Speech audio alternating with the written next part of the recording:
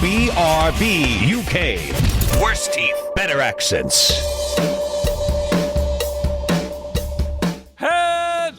Hello, and indeed, ahoy hoy, welcome. 'Tis episode BRB UK 515. That's right, we're here for the 515th week in a row.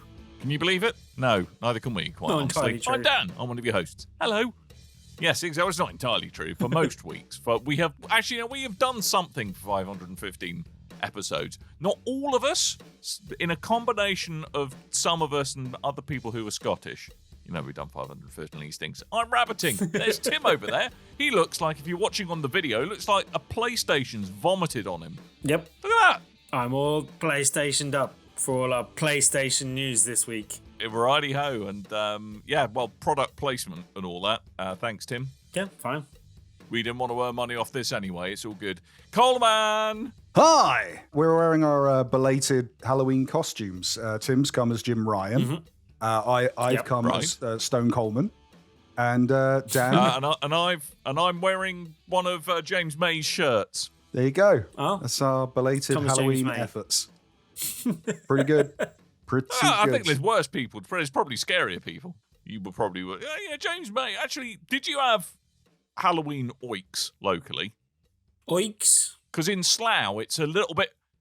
Trick or treat's a little bit of a higher risk proposition in Slough. Hello, trick or treat. What's the trick? It's only like little kids around my way that come trick or treating, and I think the parents have them pretty sus to go, hey, you only go to the houses that have the decorations out, that or the houses of the people that we know. Nah, it's free for all here, mate. I think this is my second, third Halloween here, and I haven't had a single trick or treater, so I'm all right. No. It's the sounds of the drunks at night that go past super late. Trick or treat. Trick or treat. I love lollipops. They're not trick or treating. But what my favorite thing to do after Halloween, and do this if you fancy, the day after Halloween, when on the doesn't have to be the specific date, but it's the party date. So you go out everyone goes out on the Saturday night or the Friday night. The next morning, get up super early and just ride the tube through central London and look in amazement at the people that are riding from the night out, still out, going home in the morning. You see witches with like a big split in the tights and missing their shoes. You'll see Smurfs that are only half painted left asleep on the floor. It is like the actual purgatory bit of Halloween, isn't It's it? It is amazing. Yeah, it does take me back. Many ill-advised Halloween parties, one of which may have involved me falling asleep in some automatic doors. Oh, well done. For an hour. Nice. That's While the automatic doors were still going. Well, they were still going, but so I wasn't blocking the door. People could still get over me, and the doors were still open. It was just, challenge mode for them. That's the gift I gave that Halloween. Anyway, just in case my employer's listening to this, I better move on. Yes.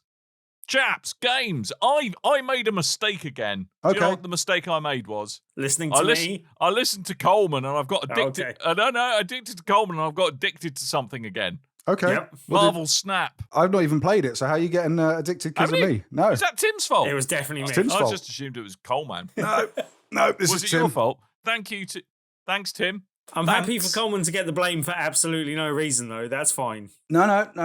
You take this one. You're all about the Chinese company gambling games. The problem is a game like that when it's just one more go and the matches aren't very long. If you tend to play it on a toilet, as sometimes happens, you can take unexpectedly long toilet breaks, and people who you live with or work with think you're up to no good in the toilet. Ew. All you're trying to do, You are. well, technically, it's a little bit skiving, but just in case, I might push my collection of man, that is a great game. That is a great game. Really well done. I've been playing lots more of it as well. I've got a I do have a sneaking suspicion though that they're lulling us into a false sense of security, and there's going to be microtransaction madness at some point. I don't know. It all seems to be cosmetic. I have my and suspicions. It has earned a lot of money. I think it was something like $2 million in the opening in the US, and something like That's because it's just short marketed of at children. $1 million. Or it was maybe it was 2 million on Apple and about 1 million, just shy of 1 million on Android, I think it was said. But yeah, so they've obviously learned a lot of money already. So, It's a great game. I got one. I'm leaning into my Odin deck. I've got one. Ant-Man and the Wasp and the microtransaction of madness. That's too long for an episode title, Coleman. That's too long for a movie title. Well, yeah. You're better than that, Coleman. But yeah, Odin's a really good deck early on in that. I'm going with a movement deck. Oh, look at Tim throwing shade at me. It's all right when you're new. Well, no, it's a beginner's deck. Pool 1, I can't remember exactly when you come out of Pool 1 into Pool 2. I'm not too sure where the division is, but I'm definitely in Pool 2 at the moment. When your testicles then clear the waterline, that's when you're ready for Pool 2. Right, okay. It's all about it's all about your size. But yeah, I'm doing a movement deck. So well done. You have graduated to the deep end. My end character is Heimdall, and I'm Go all forth, about my child, and splash. Moving around and getting bonuses for doing that and stuff as You're well. all about moving around. Yeah, I'm all about doubling on my reveal actions is what I'm about. But yeah, I still need to get my eye in a bit with deck building. But I have to say, whilst you can get, so there are the seasons, you can get immediate access to cards that people aren't gonna be able to get for another 2 seasons, and and they are, some of those cards are quite powerful actually. So it's, apparently the cards that you unlock as you progress through the game are somewhat random in order as well. Like, so the cards that you've unlocked won't necessarily be, even we were at the same stage, the cards that we've unlocked won't necessarily be the same or won't unnecessarily lock in the same order. There's as I said, there seems to be like a Pool 1, Pool 2, and Pool 3 at the moment. And once you go past that point, you will start battling cards from that deck, but from that range of cards. But it seems to do fairly well at balancing things out and doing things. It's hard to tell when you're playing bots and when you're playing people. But yeah, generally I've had some really good matches in that as well. Yeah, I mean... Yeah, I've had a couple of good matches. It's a shame you can't look your mates up, though. Yeah, they are adding that. That is to come. They are doing PvP in the future. I think that'll be good when that is added. Burns when I PvP. So yeah, look forward to that. Yeah, but it's all right. I've been having a good time, but it has sent me on a bit of a binge of CCG-like games. Uh-oh. So Slay the Spire, sinking time into that. That's been board game for that just came out recently. Rediscovered that, or is that coming out recently? Yes, I heard. And what else was it? What is obviously Hearthstone? I dabbled with again briefly. What else? Oh, Monster Train. I discovered I had that on a humble bundle. It's a bit like Slay the Spire in some ways. It's that plus a bit of tower defense. So I love me some collectible card goodness. So yeah, pleasantly surprised is the long and short of it. And curse you, Tim. Curse you. Who is not Coleman. I shall name my first hemorrhoid after you, is what I'm going to do when the inevitable too long toilet break. Yeah, I think I did say it came with the caveat of like you might not have to necessarily spend any money, but you will lose some time. That is the case of Marvel Snap, but it's a very well-made game, very well done. So yeah, all good. Anyway, that's me done. And I've just been trying... Oh, actually, no, I have played a little bit of the first Plague Tale game because I've clearly got my finger on the pulse. I nearly played the second one. I've heard that you want to play the first... Didn't quite get to it. Yeah, I hear you want to play the first one first, unsurprisingly. Definitely. So I'm doing that. Hugo really annoys me. Yep. The little kid. He reminds me of the... Let's go to the Akiduke. Shut up. He reminds me of the little grey mouse from Tom and Jerry. The little French one. Oh. Yeah. Anyway, it's a good game. Touché, pussycat. Yes. So we go. That's what I have been playing. Oh, and Destiny 2, obviously, because I'm me. Yeah. Have you been playing Destiny 2? Yeah, no, let's just turn up for the book. Did you see Lance Reddick's video this week? No. He put out a video and he's like, the wife is out, the dogs are away at the sitters, time to be on my own and play some games. But what to play? And then he switches the camera around and it's Destiny. It comes back and goes, Destiny! I love that man. Lance Reddick. Lance Reddick. Oh. Hey, guess what I've been playing? Yes, no. With yourself. Yeah, of games, mainly. Excellent. Good. Yes. Have you jumped on the multi-million-dollar bandwagon and been playing some Modern Warfare 2? I might have. So I was sent on a little mission to go and pick it up for my boss, and I thought while I was there, well, it's on a discount, I will pick it up too. And much fun and merriment was had as we got to tap our cases together with joy that we had picked up Modern Warfare, the first Modern Warfare game that I've picked up in quite some time. Have you got like a special handshake, or have you got like kind of squad No, names? we just gently tap the tips of our cases together. Nice. Your Nice. cases, yeah? Just the tip. Just the the cases. tip. Yes. Okay. Just the tip. None of that. Always put it in a case, Coleman. Tapping Tim. Always put it in a case. Don't want it getting scratched. If you did not know, this is we're talking about Call of Duty Modern Warfare 2, which you may be mistaken. Never Hold heard on. of it. We already had a Call of Duty Modern Warfare 2. This is a different Call of Duty Modern Warfare 2. What is the difference? They've changed the numeral 2 to a Roman numeral 2. Ah. Yes. But for future reference, we'll probably call this Modern Warfare 2 2022, I guess. Now, I think you should call it Modern Warfare Tuia. I like Tuia. Or Tuia. Two modern, what you should call it. two warfare. Two modern, two warfare. Modern Warfare 2 Cruise Control. Wow. This is, first-person shooter. We all know PC, all the PlayStations, all the Xboxes. You can pick this up for $69.99. And this is the money. It is a lot of money. I paid 50. I think it was 55. Yeah, you're my hero for a physical version. My hero. So this is the latest offering from the Infinity Ward side of Activision Blizzard. Which tend to be the more highly regarded of the titles that come out. As you know, they kind of split between studios year on year. And this is a follow-up to 2019's reboot of the Modern Warfare sub-series. Remade the initial Modern Warfare game and made a couple of changes to it, as they tend to do with reboots. And this one, rather than being a remake of Modern Warfare 2, it follows on from those changes made in the reboot. As far as I'm aware, I don't particularly know the lore of Call of Duty or Modern Warfare particularly well. I know of the odd character. Lore. L-O-R-E. Yes, the stories. Not lore. I mean, I think bad man's a bad shooty face shoot moustaches. I think that's pretty much how it works. It's an American military shooter, so you shoot the brown people, I'm assuming is usually how it goes in these games. And you sometimes shoot Russians. Yeah. Oh, Russians as well. Russian. Yeah. I know that one.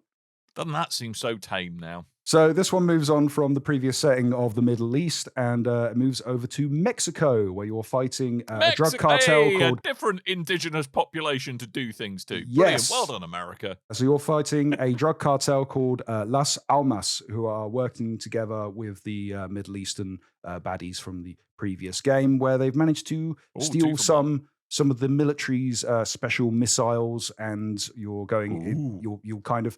working between different franchises, different teams of the military to come together, franchises, and fix everything. You got save US the day. Army Raw, US Army. Hoorah! So, as come to expect from a reboot of the previous game, you're going to see a lot of characters that you recognize from previous games reappear in this one. And like I said, it's got a very Mexican background theme to it, unless there are specific levels, like the opening level takes place in the Middle East, and then there's the kind of very show-offy, the showroom level that they like to use to go, oh, look how beautiful this game is. In this case, it's Amsterdam, which is recreated I have to very say, beautifully. That looked amazing. Yeah, Yes. it did. It looked near video perfect, apart from a few character walking animations, I thought, basically. That was the only time that it broke the immersion. I particularly like the video game Dunkley video where he put out and he was walking up to different NPCs and aiming his gun at them and watching them run away. And there's one particular character who's leaning on the wall smoking, and he's creeping around, puts the gun in his face, and it takes him like 2.5 seconds to go, a man's gonna shoot at me, and runs off. And it's quite funny watching. Was this in Amsterdam though? Yeah, that was in the Amsterdam level. Very funny. So he might have just been enjoying some local art exhibits. he was enjoying the canals. He was right next to the canal. I saw him enjoying the canal. Okay, great, brilliant. One thing from the The Amsterdam level, though, there was apparently a hotel that's complaining about it being recreated without its permission. Yes. Really? Yeah. The problems with recreating things in too much of a realistic nature without getting permission first, possibly. But yeah. I mean, is it just is there a particularly bad thing that happens outside that hotel? I think or a is it just shootout inside the hotel, from what I've seen. A little bit of a shootout. Right, fair enough. I think what they tend to do with these recreations within video games is they'll recreate like a hotel, but they'll change the signs. So legally, it's not happening at that hotel, but it's still the building. And then there's a problem, the problem with the building owner that might then have a problem with their particularly lookalike architecture being replicated within a game. So that's probably what's happening in this way. But yes, as I say, very beautiful looking game. The main reason you're going to come is for the gunplay, especially when you're using the DualSense, on the PlayStation. The gunplay does feel very cool. It packs a wallop in it. It feels great to use. The aiming is incredibly precise, which is unfortunate for me because I'm an auto-aiming scumbag and feel like I could put this game right on the easiest. And I'm like, why am I still replaying this one section of the level? Why am I getting shot every time? I do not understand what's happening. So it's a bit of trial and error with me on this one. So with the DualSense, what particularly about the DualSense really kind of, is it kind of the feel of the triggers, or is there like kind of haptics with how the gun handles and it kind of letting you know low on ammo, that kind of stuff? Or is it just the ergonomics of the stick is mega awesome? I mean, it is the haptics when you're using when you've got that kind of feedback of fire feedback, but also the other effects that they use within the game. So like cartridge changing and all that kind of stuff. Like that all feels great. A lot of people will immediately switch that off because people think that vibration it causes a slight lag, or it can delay you, put you off your aiming and all this kind of stuff. I like it. It's a fun little gimmick. I could see why people switch it off for multiplayer though. And of course, all the guns, they don't feel like you're just picking up a different gun of the same category that just looks different but fires the same. Everything does feel pretty unique in the way you're using it. So that's really nice. And it's going to do that because they have contracts with all the gun licensing manufacturers and they like lovingly recreate God bless them America in a very terrifying way. That is yeah. But they've been doing it for years. We know about it. Yeah, there is money that is made from the games that then goes back into the gun manufacturers for licensing. So there you go. Lovely. But yes, as I say, it's I'm not the biggest Call of Duty fan, nor am I going to be an expert in first-person shooters. But just playing through the game, it's nicely voice acted. The visuals are nice. The gunplay feels good. It's a nice little game. I'll enjoy when I've played through much like the other times I've picked up a Call of Duty. I'll play the single player, I'll get through it, I'll boot up the multiplayer, I'll get killed 100 times in a row and give up on that. There's also going to be a 2.0 version of, is it Warzone, the kind of Battle Royale Call of Duty thing? So I think it was meant to come out with this game, but instead it's coming out in like a month's time where there's going to be the 2.0 version. So that's all tied into this, but I think you can download it for free like the previous one anyway. Yeah. But anyway, yeah, I'll finish the single player and then I'll probably give the disc away to someone else to go enjoy the multiplayer because I'm not going to get much enjoyment I have to say, I multiplayer FPS is just, I don't know what it is about them. They just trigger me completely. It's like I will go nowhere near unless I absolutely have to in Destiny 2, the Crucible, because it just triggers me. I don't know why. It frustrates the heck out of me. Yeah, that's fair. I mean, it's a rarity. I'll play a first-person shooter multiplayer type thing. I got into the Crucible for a while, but then the problem is if you don't keep up, if I'm not playing Destiny at the rate that you're playing, Dan, then I'm severely under level compared against the people that I play against. I'm saying you play a lot of Destiny. You're saying I've got a problem? Yeah. No, I'm saying you play a lot of Destiny. And that you have a very addictive personality and that you have a Destiny problem. He's saying all those things. No, I mean, I don't have a Destiny problem. To be fair, if you're playing one game solidly, you're not going to spend as much money on video games as someone else who likes to play a variety of video games. So it's not that big a problem, really, is it? No. Yeah. Yeah. How's latest iteration of FIFA, Tim? I haven't bought a FIFA game for about 5 years, so that's a bad example, but yeah. Use the 10-hour trial and you never play it again.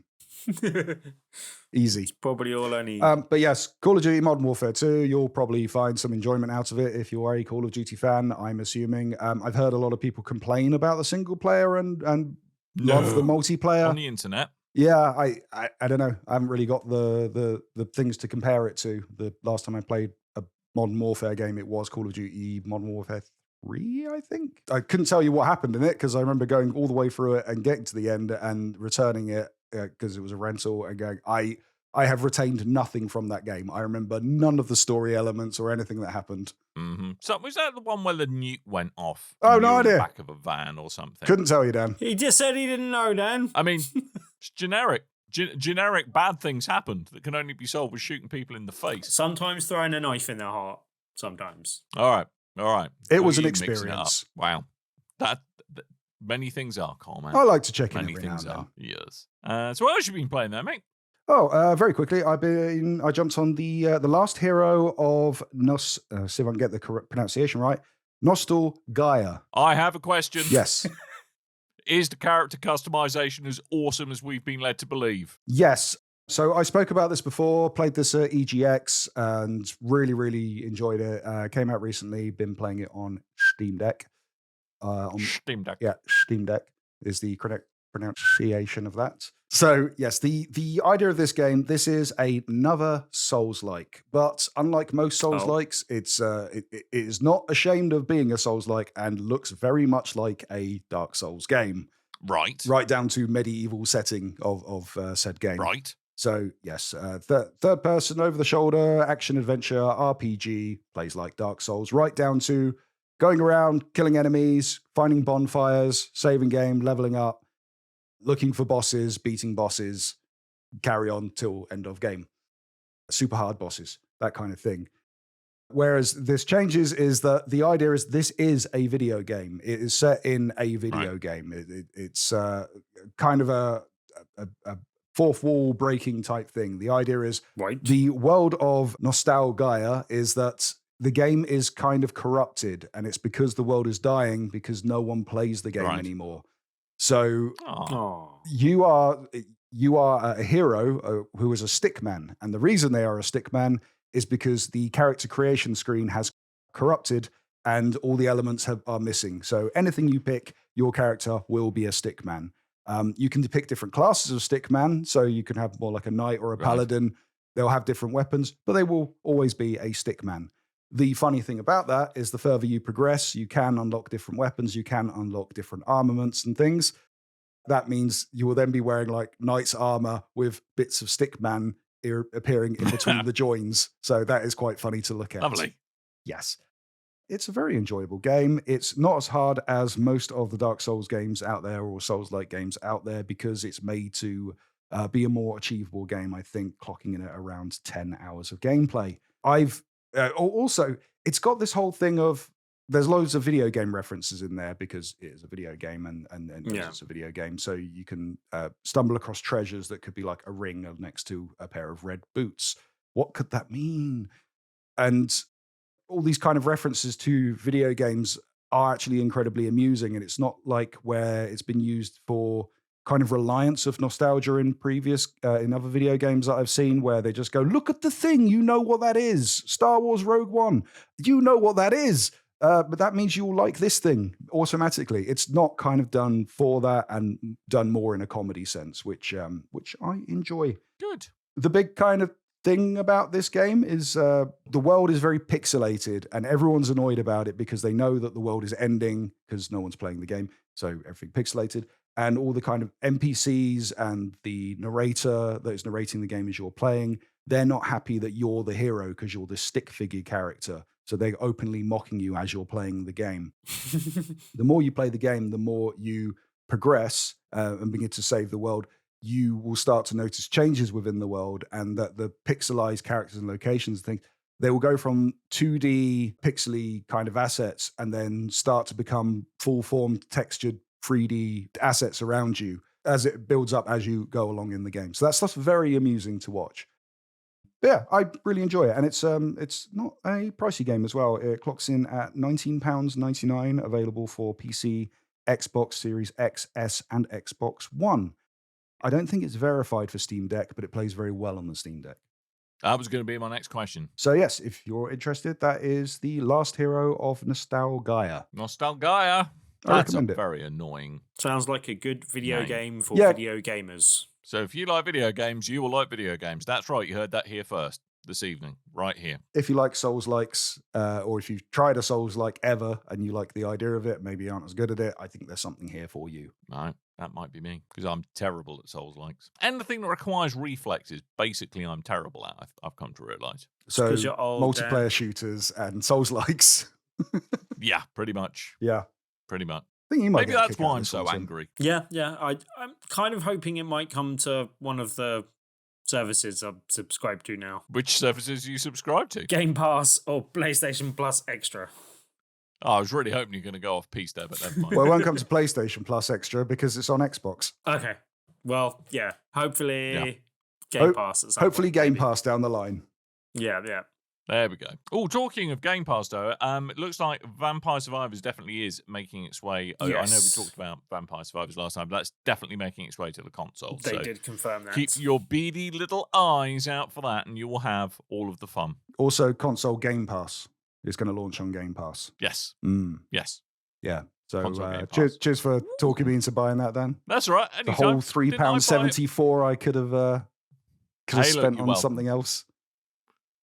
Okay, like another copy of Rise. No, because Rise was £6, I think. I don't know. You guys saw the latest You trailer. paid £6 for Rise, you idiot. I paid like £1. I don't Oh, know. yeah, if we you got it guys in saw sale, the didn't we? latest trailer this week for a game called Atomic Heart, which has been under development for a while. But yeah, they announced that out in that's coming February. to Game Pass as well, which is very good news because that was something I was planning on hopefully affording, but is coming out at a bad period in time in terms of me affording it, basically. Oh well, I'm sure they'll reevaluate their plans if you can't afford it. Tim. Well, no, I mean, well, there's they a put it on guy. Game Pass, so they don't have to. So yeah, that's all good. We'll have Well, to see how it I'm glad performs the on world the S. continues to revolve around you, Tim. Hopefully, okay. Can I buy Yes. an X in time? No more spending. No, No. Coleman, no, bad man. So yes, so that's that. I think that's all we played. But you went to MCM, Yes. I think, Tim. Didn't I you? did get to play a quick couple of demos, so I'll blast through them fairly quickly. There wasn't too much being Please shown do. at the show. Bandai Namco had a stand, and Sega had a stand, basically. A bit down on some of the stuff that they've had generally at MCM. But yeah, we did say when we were at EGX, Coleman, that yeah, Nintendo didn't have much to show off at the moment, and I guess they had even less because they're one that usually attend MCMs as well, basically, but they didn't have any presence there at all, as far as I saw. In that case, I do have a question. Mm-hmm. Mm-hmm. So with Sega being there, did Sega Yep. do what Nintendo don't? Yeah. Oh. Sort of. Well, they were showing off Boo. Boo. Sonic Frontiers, is it the new Boo. Sonic one? Get out. They had Yeah, that the one they there had at again. EGX. Yeah, I assumed it was the same build as the EGX, so I didn't play that. I did get to play a bit more of a game that I didn't play at EGX, and I'm not sure if it was there, but the Like a Dragon Ishin. I don't know if they had a cool. demo at EGX, but I got to have a quick go No, on they that. didn't. No, they didn't. And they had 2 demos available. I only played one of them, but they had like a nighttime mode and a daytime mode. And they said that the nighttime mode was more focused on combat. So I thought as that was something that was more likely to attract me to the game, I'd give that a go. For anyone who doesn't know, Like a Dragon Ishin was a game that came out, I think, on the PS3 and the PS4, but it was a launch game for PS4 in Japan and didn't really come outside of Japan. Is set in the mid-19th century Japan, basically. Oh, I remember it well. Yeah, I think I've heard some of the developers were interested now in releasing it outside of Japan because of the success of Sony's big one, Ghost of Tsushima. And because that was set in a similar period, that was very successful, so they thought that they'd do a wider release of Like a Dragon Ishin. This is a remake of that game. I don't think it's kind of, totally remade from the ground up, but it does look graphically okay. Not particularly massively impressive by modern standards, but still looks good and better than the PS4 game did, basically. So it's definitely somewhat improved. I don't know about you guys. I haven't played that much of the Yakuza games. I believe it plays fairly similarly to that because it is a spin-off from the Yakuza universe type thing. Although there was a previous Like a Dragon game that was set on another historical character, and I forget who the historical character is that this one's set around. But there's two different historical characters, so they're kind of set in different time periods. So you don't need to have played the previous game to get on with the story of this game, basically.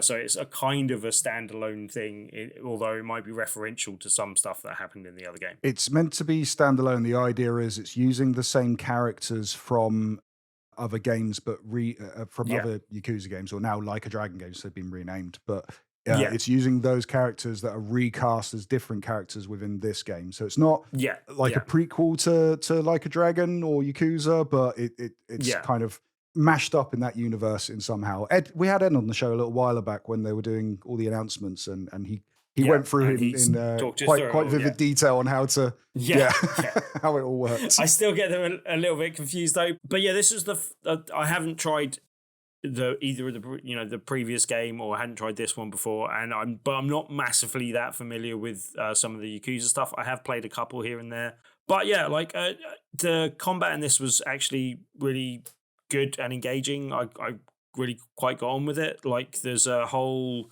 dodge system, but you have to be quite precise with the timing of the dodge, and then you'll like move out of the way of the enemy's attacks, like sidestepping them, and then you can get attacks in and stuff. Nighttime demo that they showed off had a couple of like minor skirmishes against guards, but you were mainly trying to find this boss character who, like, they show in a cutscene that he like cuts down a couple of the captains. You're a captain of the guard type thing that are hunting this guy down, but he kills a couple of other captains beforehand, and you kind of say to the other guy, right, he's good and experienced at fighting multiple people. You leave me to it. I'm better off with not having to cover for you. I'll just go one-on-one.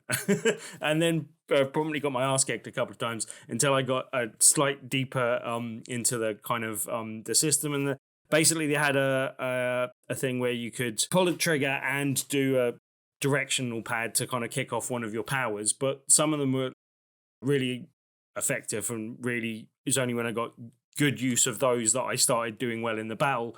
But one of them can like slow down time. The other one seemed to like sort of give you bigger hits and stuff like that. You have that superpower, Tim, by the way. Just in general in combat, you get to positions where you can do moves that are triggered based on how much you've hit them in a short space of time, and then how you react to what's going on. And there's like a couple of quick time things in there, which some people weren't like, but I thought they were well utilized and well integrated. And yeah, like the combat was actually something that I was like, okay, I could definitely see me getting on with this, and definitely see me wanting to play more of this in the future. So just from that little demo, it's definitely something that I'm going to put on my radar and look out for when it's coming out, basically. So yeah, I enjoyed my time with that. I did also play a quick bit of JoJo's Bizarre Adventure All-Star Adventure R, I think it's All-Star Battle R. I only got to play like one round, and so I'll gloss over it a little bit because we've now got a review copy, and I believe Coleman's going to take the review copy, so we'll talk about it more next week. What? I only got to play one round. I played a character I hadn't played before called Pet Shop, and they were a bit crazy because it was a big flying bird thing. Called Pet Shop? Yes. Yeah. Yeah, anyway, we'll talk about it. Both boys. Yeah, we'll talk about that more next week. But yeah, Bandai Namco are mainly there showing off One Piece Odyssey.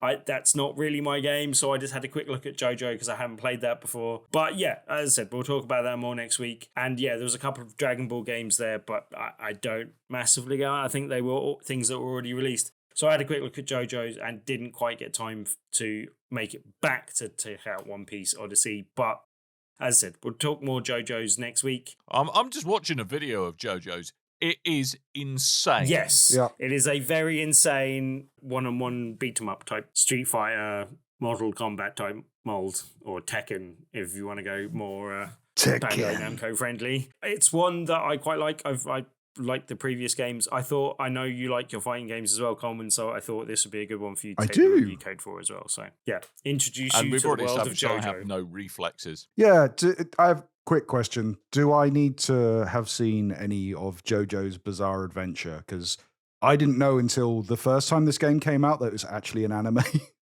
Oh, right. I don't think so. I'm not massively familiar with that, other than knowing that there are like several different generations of JoJos. So there's different JoJo characters that are the main characters. So there's multiple people called JoJo in the game that are all completely different, basically. So I think Coleman's having a stroke. I am a little bit. I don't know if it's going to be the same in this one, but JoJo's a title and not a name? Yeah, well, no, it's a family name, I think, basically, but or a name. Oh, So right. like characters like Joseph Joestar. Or yes, basically. Anyway, but yeah, there's lots of different JoJos or people that are generally called JoJo, but there's other characters and stuff. But yeah, other than knowing that, I don't know if this. I think this might be a remake of the game that I played. I'm not entirely sure. I think this is the next version, or it could just be the one on from it. But the one I played, it took you through a bit of the story in the story mode in the game, basically. So you might get introduced to the story that way, basically. But yeah, it's all quite crazy. There's multiple generations of JoJo. You don't need to know much more than that, basically. Okay. I mean, to put this in perspective of a different game, when we went to Namco Bandai a few years ago, and they went, hey, come play our fighting game of My Hero Academia. So what's that? It's based on an anime. What's the anime about? It's about an academy of heroes. Oh, that's easy. There you go. Oh, yeah. Everyone's happy. A JoJo. Right, okay. JoJo. The history of JoJo's. Yes. The legacy of JoJo's. If someone wants to give me the cliff notes to JoJo's Bizarre Adventure, let us know in the comments. Yeah. If not, I'll make it up for next show. Oh, Why good. not? Why not? If we just give you all the names Why and you not? make up all the story. You usually style it out. Overall, how was the MCM experience this year, Tim? Was it, I'd imagine, quieter than previous years? I mean, The winter one's yes and usually no. quieter anyway. I think it's probably ramping up a bit. I went with a few friends, met up with a couple of people there, but then, yeah, like it's a weird one because in previous years I've generally gone on press passes, and I've gone through the ticket thing before and kind of sort of spoke about that on the show. But it's a really weird one when on the Sunday they've still set up for the queues on Saturday. So like I didn't queue for any time. I just walked through the queue, but that took 20, 25 minutes maybe. So it's just like, you could do some shortcuts on the Sundays, guys. Like you don't have to march everyone through the same way when you had like thousands of people waiting. But yeah, I went on the Sunday, so it was a bit quieter and stuff. Yeah, I wasn't sure what there was going to be that much in video games, and yeah, as I said, there was those couple of things that I spoke about. There wasn't a massive range of other stuff, but I did manage to find some other card games and board game stuff that I was interested in. I only was there for like 12 hours because I didn't go on the priority tickets either, and it was a little bit late by the time I actually got in there as well. So yeah, I kind of felt there wasn't much time to get everything done. I was kind of rushing around. I only got to the video games when other people went home, and I was like, right, I'm going to go check out the video games rather than going home early. And you refused to leave. Yeah, it felt a very different experience to going on a press pass, because you basically don't go through the queuing system when you press, and that kind of helps. And then you can also queue jump. I don't tend to queue jump when we go to these events anyway, unless there's like one big game that's a Do you know what my solution to is? Kind of thing. But yeah, apocalyptic flatulence is what you need to deploy. But no, because everyone's got it. Yeah, it smells badly enough anyway. Yeah. But yeah, like it's true. It's an enjoyable Especially event. There's a Sunday. lot more cosplay at MCM than some of the other events. So there's lots of people walking around in fun costumes. There was a good Among Us blow up thing, and lots of other silly costumes that were good and entertaining, and some that are just like amazingly done and put together. I did take a few photos. I still haven't actually put them up on my Instagram because I've been a bit late with doing that all this week. Mainly because, if I'm on my mobile phone, I'm Marvel snapping and forgetting to do the things that I should do on Instagram and everything else. But yeah, and it's been a busy week. But yeah, it was good. Like, I still think it's a bit expensive for the time you get when you don't get a priority ticket, and a bit too expensive to get the priority ticket, and it just means you stand in more queues. So I don't think that's necessarily ideal, but yeah, like it's still an event I enjoy going to, and I was trying not to spend too much money, and there's lots of things I saw there that were cool that I wanted to spend lots of money on. So, the dichotomy of that was a bit weird. But it's still odd going to events at the moment. I still find it a bit slightly disconcerting, and I forgot my hand gel, which I was really annoyed with. And it's the first event I've been to without a hand gel. I was like, fortunately they had quite a bit. You just had to lick your hands clean at every juncture. Well, fortunately they had quite a bit on the different stands and stuff, so I did take advantage of that. So I'm glad that they were still doing that. But yeah. It was good to go to, and I had a fun time catching up with people and seeing other stuff. So yeah. And I'll have some more to talk about in future weeks as well, possibly. Don't you threaten me. Fair enough. I will. I will open my mouth and words will come out and there's nothing you can do about it. We know. It's a good comparison. Really nice. That's the Excel again, isn't it? Yeah, that's funny because EGX is the Excel now, and the last EGX felt like MCM, where there wasn't so much focus on video games to play and more focus on stuff to buy. Yeah. It really felt like that this year. Anywho, right, you want some, the Cliff Notes versions of the headlines, as we've eaten through a lot of time already? Slap me up the face with them. Coolio. What I want to know, how many kidneys do I need to part company with for a PSVR 2? Yeah, it was nice at PlayStation, because I was worried. I was really worried about, as many people are, money going out at the moment, unnecessary expenses, things to worry about. And PlayStation were really nice to go, hey, don't worry, you're not going to spend any money on the PlayStation VR 2 because it's 530 quid. Yep.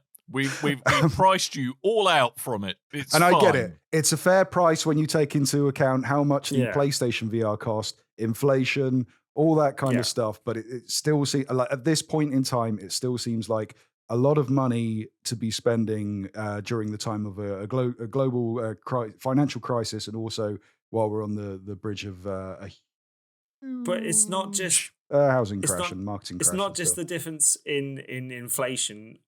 The other difference is that you are getting the two controllers packed in, and the initial headset was released just on its own. So, like I understand that. Yeah, I mean that is a fair point. Yeah, you don't have to dick about. Yeah, the direct price comparison isn't entirely fair. So, I think, but I think the one thing that does make this harder to swallow is, as you say, Coleman, there are other real-world factors going on. It's a VR headset. Very difficult to swallow. The copious amount of water. The world has changed since PSVR 1 came out, and this does make it a different value proposition, and a lot of people have a lot of other things that they have to kind of concentrate their money on. Yeah. So, I kind of thought a problem. I think the one thing I would say is that a lot of people kind of, I've seen some people going, oh, PSVR 2 is going to cost 530 quid. You can get an Oculus for 300. But I actually think if you look at the spec, if you do a spec for spec, like for like comparison against what you're getting with the PSVR 2,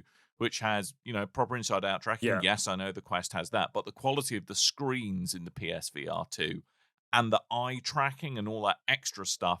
I'm not gonna, there's no two ways about it. 530 quid is an absolute metric arse ton of money. There's no two ways about it. But compared to other headsets with similar value, with similar features, actually it is fairly competitively priced from that. Well, if you compare it to the Pro, that's £1,000. So Anyway, the point I was trying to get to, yes, the price of the headset itself with the controllers packed in is £529.99. And if you want a version that comes with Horizon Call of the Mountain, which will include the same pack, but also a code for the game available, that is going to be £569.99. Now, bearing in mind that the headset itself isn't backwards compatible with any PlayStation VR games, so you need brand new PlayStation VR 2 games. So you will probably want the big game that is coming out. So you're more likely looking at the 570 quid version of the headset, because otherwise you're going to have nothing to do with it. Also, the big news that we forgot outside the price is the headset is going to be released on the 22nd of February 2023.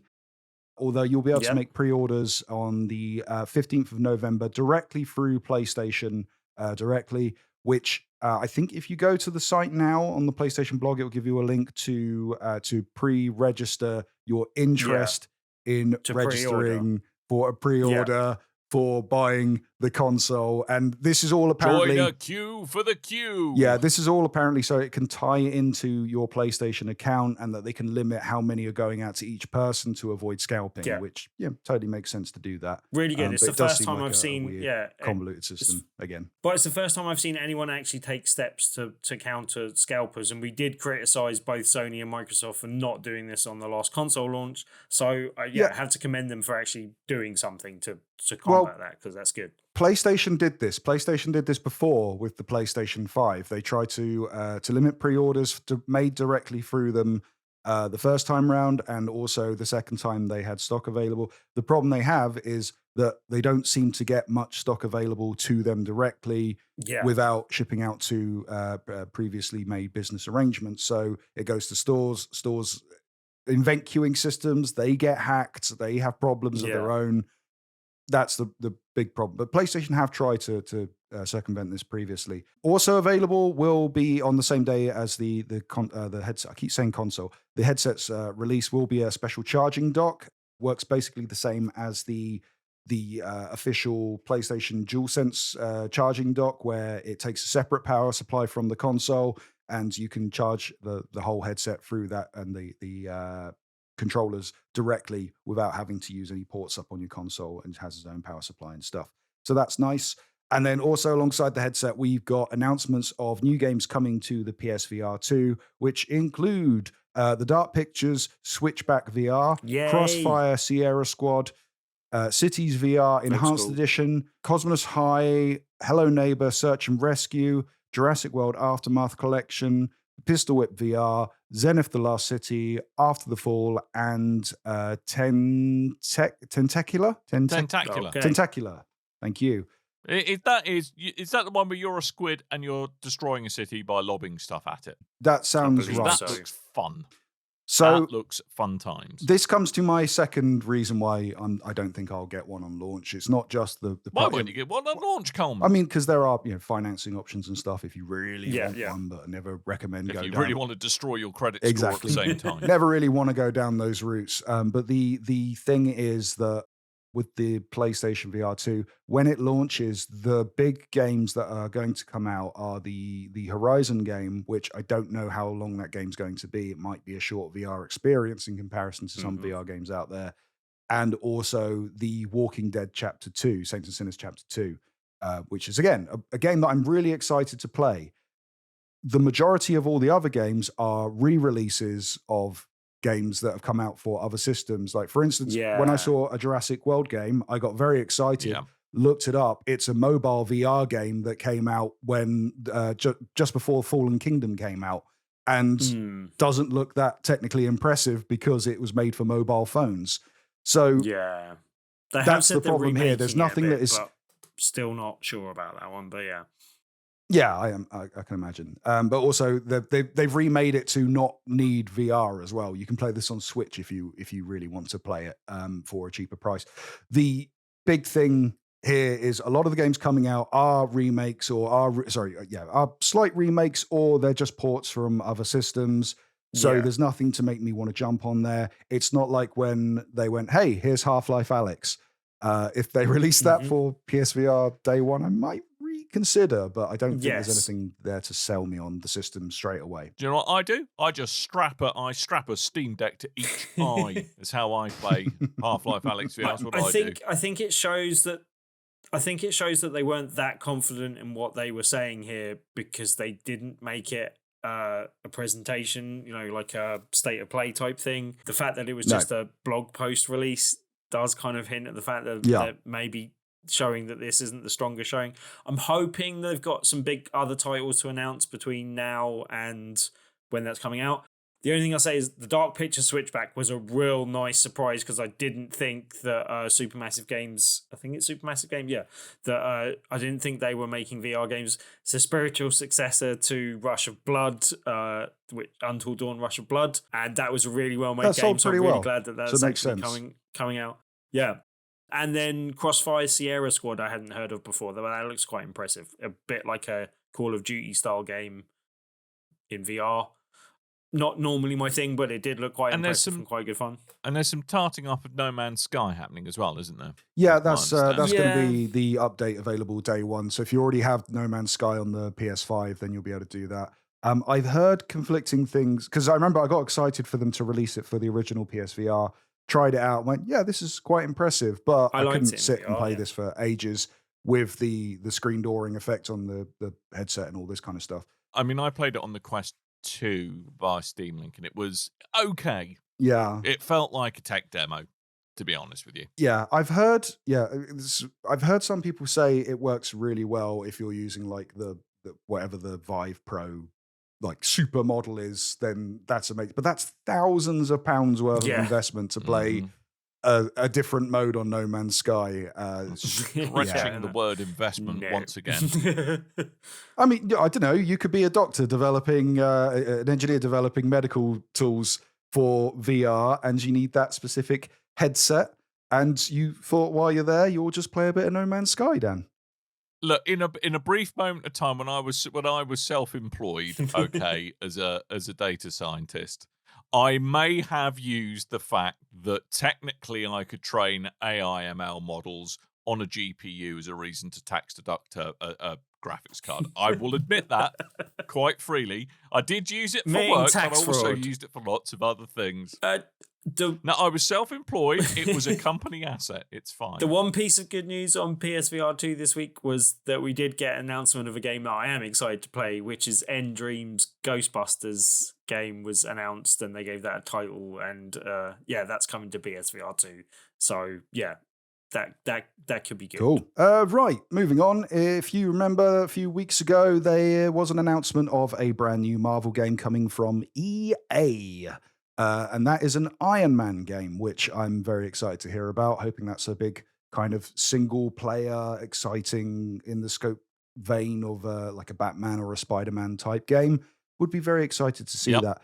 I don't think we reported on it because it's one of those news weeks where we just didn't have time to do the news because we spoke about too many games. There has been a follow-up from this, and that is that the EA and Disney have entered into a 3-game deal now. So the first one will be Iron Man, and then there'll be a following 2 games to follow on from that.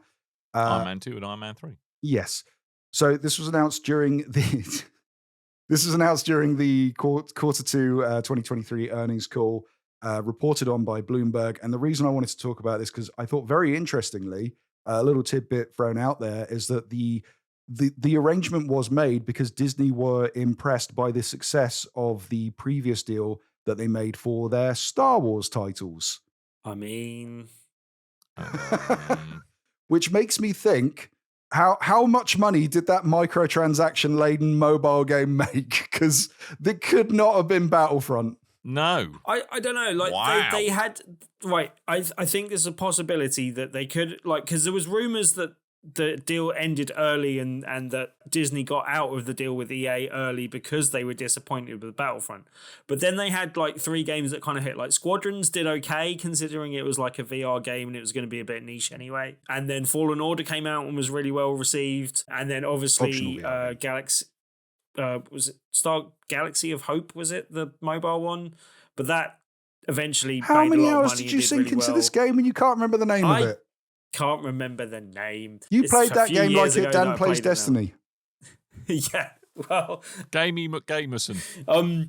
But yeah, like so they did actually do okay by the end of it, but there was a definite point there where it looked like they were going to really be dropping the ball. I did know it's very noticeable that they don't have any exclusivity, and I do wonder if there was any amount of these games have to come out like one a year for the next 3 years, or you don't get some of the money, or like whether there's some incentive to actually deliver on time and at a regular rate. Like I'd be interested to see if there's anything like that we probably won't find out about, but yeah. I'm just assuming that the changing of the deal was more due to a fan backlash than it was a monetary type thing over EA. So by putting it out to other studios, it's more likely that you're going to keep people happy. But if I remember rightly, even though there was a lot of angst and anger against Battlefront 2 with the whole microtransaction loot boxy stuff, when they toned that down and the support they threw in afterwards with the Star Wars Celebration things, the DLC, the that free turned me around a bit updates as that well. added in like Clone War animated series and like all these kind of Star Wars properties. It became a much bigger, much more loved multiplayer property. Whereas also it got reduced enough times that I ended up picking it up because I wanted to play through the single player, and it was a good single player. Free thing they added in at the end to go, hey, here's what happened after the story that a lot of people waited for, and then you played through it and went, yeah, that was a bit crap. But before that bit, it was great. Moving on, we've got losses from both sides, the green and the blue. First of all, Microsoft, Phil Spencer, him of the Xbox, went out and said, hey, guess what?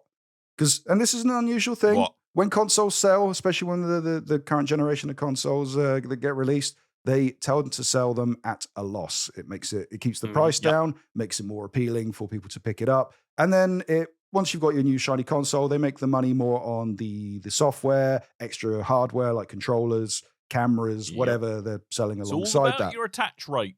Yes. Your attach rate, mate. That was the word I was looking for. To be fair, this has been going on for donkey's years. Like even back in, I think, the original Xbox and 360 days, they were selling things at a loss, which Sony have not been so keen to do, which is why they're a bit more bullish. Things would be pricey. Yeah, and with the idea as well is when a console's been out in the zeitgeist for a while, then components start going down in price. You can find alternatives, cheaper alternatives to making things, maybe change the chassis, the shell, whatever. And, you get different models, different iterations. The console becomes cheaper to make. Then you can start making a profit on the console sold rather than making a loss on it. Phil Spencer, he was at WSJ Live, where he stated that the cost of the Xbox consoles for each one sold, they are losing $100 to $200 per console. I'm assuming that's more $200 for the X and more $100 for the S.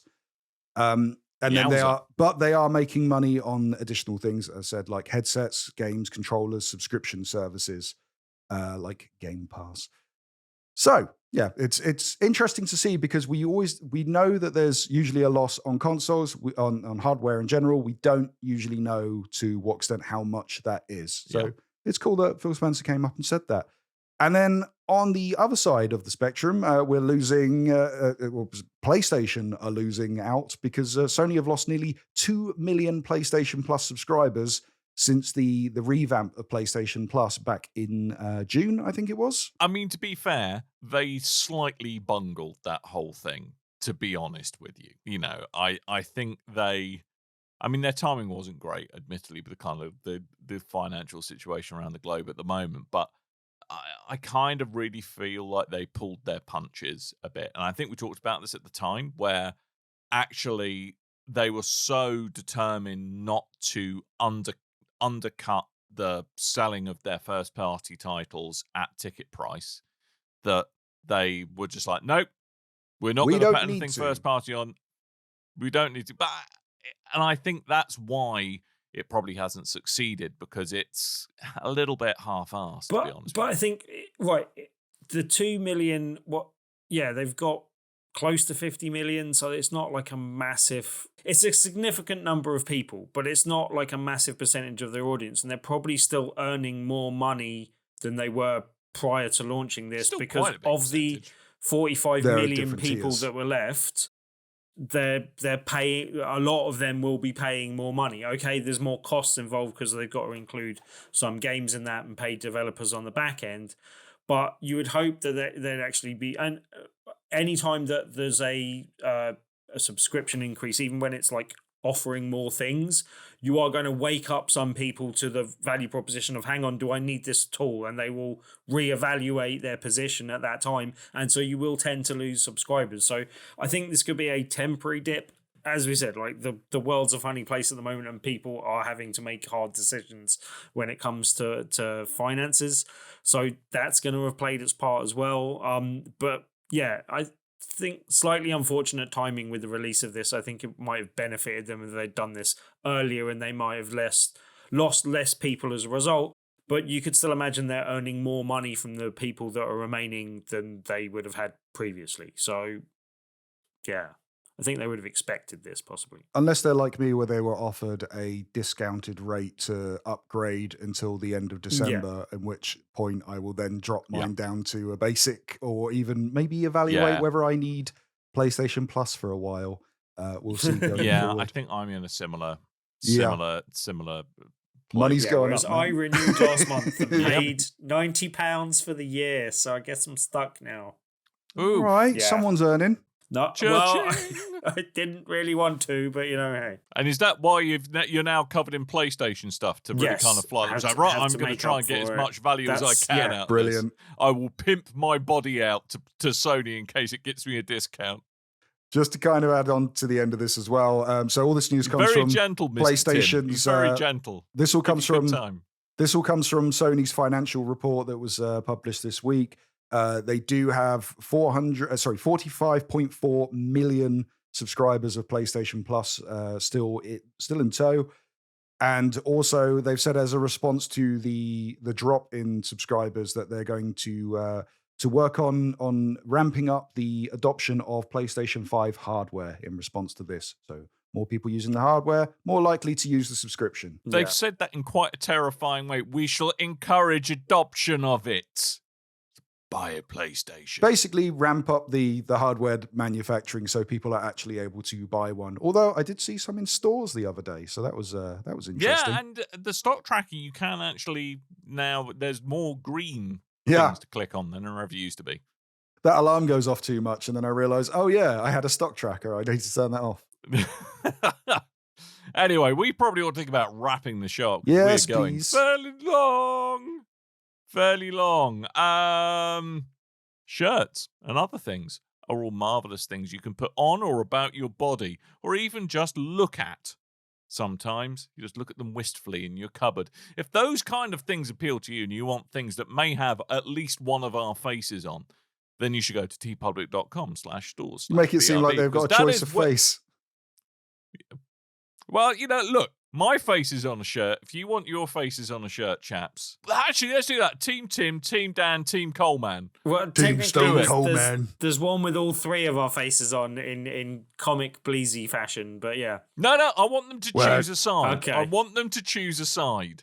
I'm going to come out badly from this and be disappointed, and it's going to make me feel very insecure. But there we go. So yes, tpublic.com/stores/BRB. You should go there.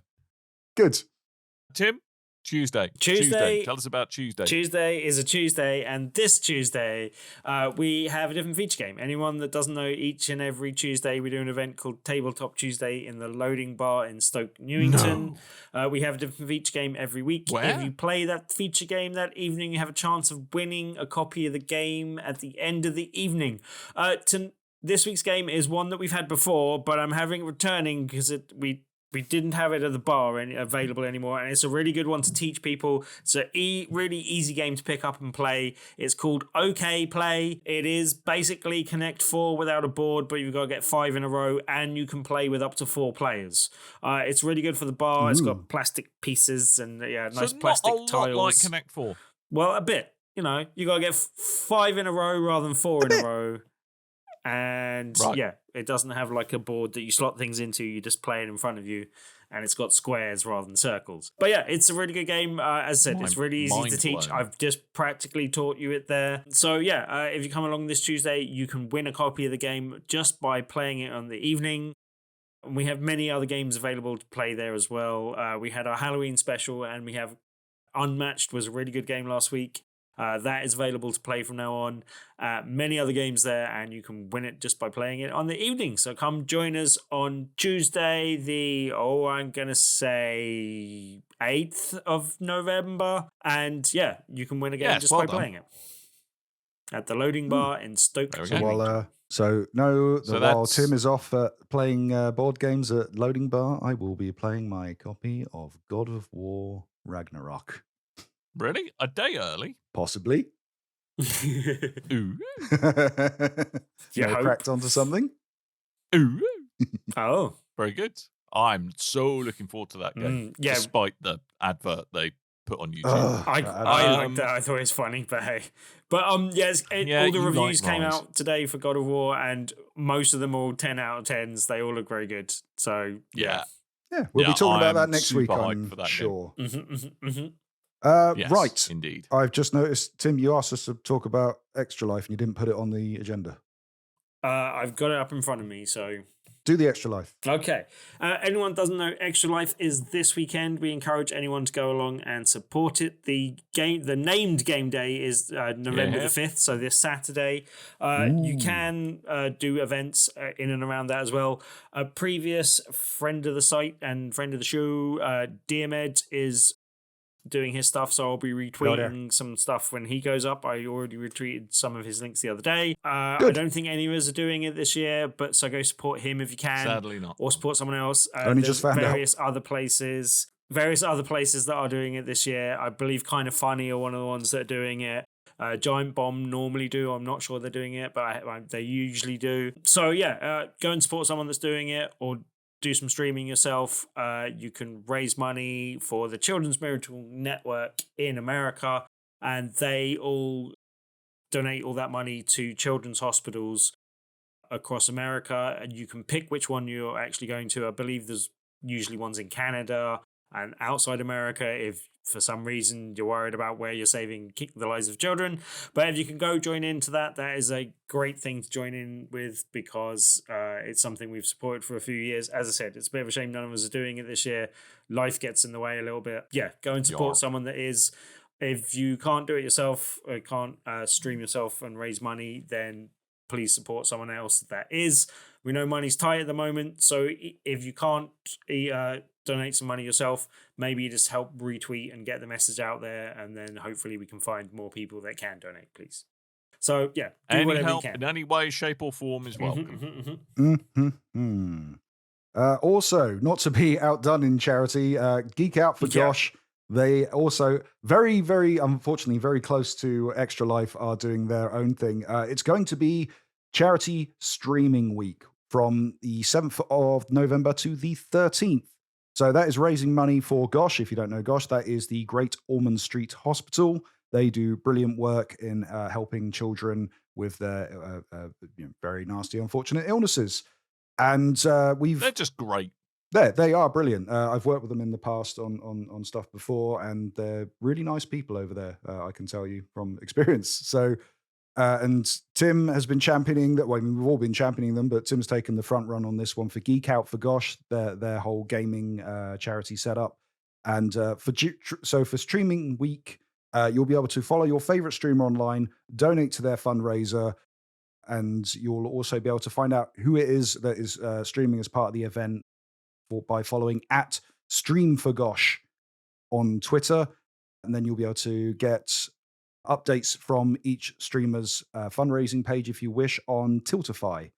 If you want more information, then you can go over to gosh.org/get-involved. Sorry, get-involved. Do you know what? I'm going to put a link in the show notes because it's a big old URL once again. But gosh.org, you can usually figure it out from there or by Googling Geek Out for Gosh.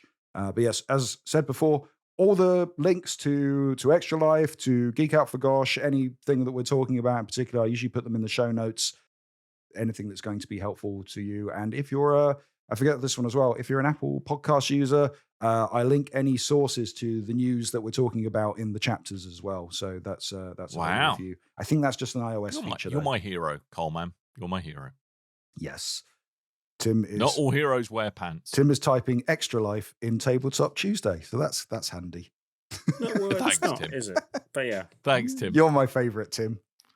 Ruining my beautiful formatting. Yes. Right, if you have enjoyed the show... One question. You want one question? Okay. If you have enjoyed the show, then you can let us know by going onto the comment section at bigredbarrel.com. Also, while you're there, we have links to our Discord. We are available on Facebook and Twitter at Big Red Barrel, and we are available on YouTube at Big Red Barrel TV. While you are in any of those places, you can ask us a question, though we do prefer the Discord or the YouTube specifically, actually, these days. Yes. But any way you do it, we will find them. I am going to give the first question that popped up from Pete, and he asks, I have a question. If you could choose any first-party developer from either of the big three, Sony, Microsoft, and Nintendo, to develop a game for a competing platform, what studio would it be and what IP should they work on? My example is that I would like Naughty Dog to develop a Metroid game. Ooh, good shout. To give you guys some time to think, I did write down 3 picks from each of the different game studios, and I've already got mine, mate. Oh, you've already got yours down. Okay, go on then. I've already got mine. I've got an idea. Turn 10 Studios from Microsoft. Ooh. Okay. Wipeout. Ooh. Good shout. Mm-hmm. I know. See, it was a good answer. Yeah. Surprised? I know you are. Did you say you've already got yours as well, Tim? I've got an idea. Just a traditional, Well done. a traditional Mario game made for PSVR 2. Like that would be a cool universe to feel like you're in VR as well. I mean, basically. I think not you didn't. entirely the question, but that's close enough. Yeah. I think you copied your homework and maybe got it wrong on the first glance. You know. Yeah. All right, I picked one from each of the different rivals. So the first off, I want Guerrilla Games to work on a Pokemon title, much like the big Pokemon third person, like big open world type thing. I think that would be amazing, especially if they could somehow figure. And I'm assuming we're not doing this for the Switch. We'll do this for future, more powerful Nintendo hardware, so they could actually use the Guerrilla Games engine. That would be pretty cool. I would like. Now, this one's interesting because this is down as I was looking for the developer of Mario Odyssey, which is down as Nintendo Entertainment Planning and Development. So you're going to have to go on a limb with me for this one. But I would like them to work on an Xbox title, and that would be Encore. I think they could fix that IP because it was an interesting IP with quite a marred game, although they did re-release it apparently and fixed a lot of problems. So I'd like to see what they could do, bringing their Nintendo charm to it. And lastly, from the Xbox... Do you say Encore? The Coalition... I thought it was Recore. Okay, it was called Recore. I wrote this down in my lunch break. Leave me alone. And also, we've got the Coalition from Xbox. I want them working on a PlayStation title. The Order 1886. Because that was basically trying to be Gears of War, and maybe they could do it better. That is a good idea. Do you know what? You saying Pokemon, because technically these guys are, well, they are now Sony Studio, From Software, Pokemon. Just for a really, really dark take. I'd love that. I'd play the heck out of that. Yeah, we have more questions. We'll roll them over to next week. One of them's God of War related, so we should roll that for next week when we can talk about God of War. I had a really good answer for that I'm blatantly going to forget for next week as well. I wrote all mine down. Aren't you a fancy man? Look at me with my notes and my graphs. Look at graphs. You. Look at you. Right, we're gonna go. Yeah, multiple. I wrote down all the graphs. financial projections of each console every week. Wow. Okay. Good. I think we should go now. I think that's best for everybody involved. So thank you for listening to us. Go to the show notes, click on all the things, because that's where Coleman would like you to go. Yes, please. And we'll be back next week, where we're doubtless going to talk about some God of War Ragnarok. And possibly Gotham Knights if I get round to playing it. And all the JoJos. It's going to be a God of War show. Tim's gonna shave his head, aren't you, Tim? God, and I've got another game to talk about now. Much like the God of War YouTube advert, the only person who won't be Kratos is the one who's bald. I think that's appropriate. So, yes. Anyway, we're going to play that, and we'll try and talk about it next week.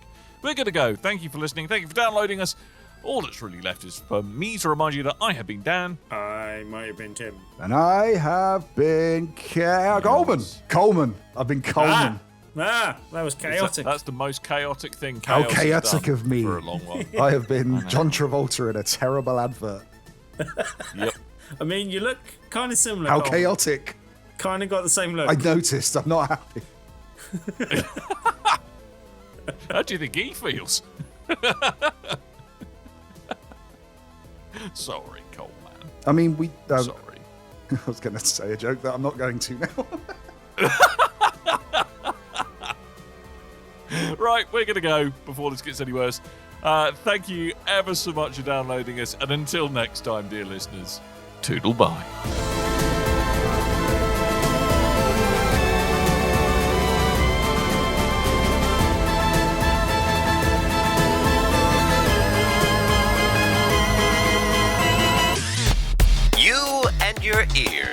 are quite welcome. For the podcasting goodness that you just heard, why not roll on over to BigRedBarrel.com for more podcasts, news, reviews, and videos from the biggest, reddest site on the internet, BigRedBarrel.com. He's wrong.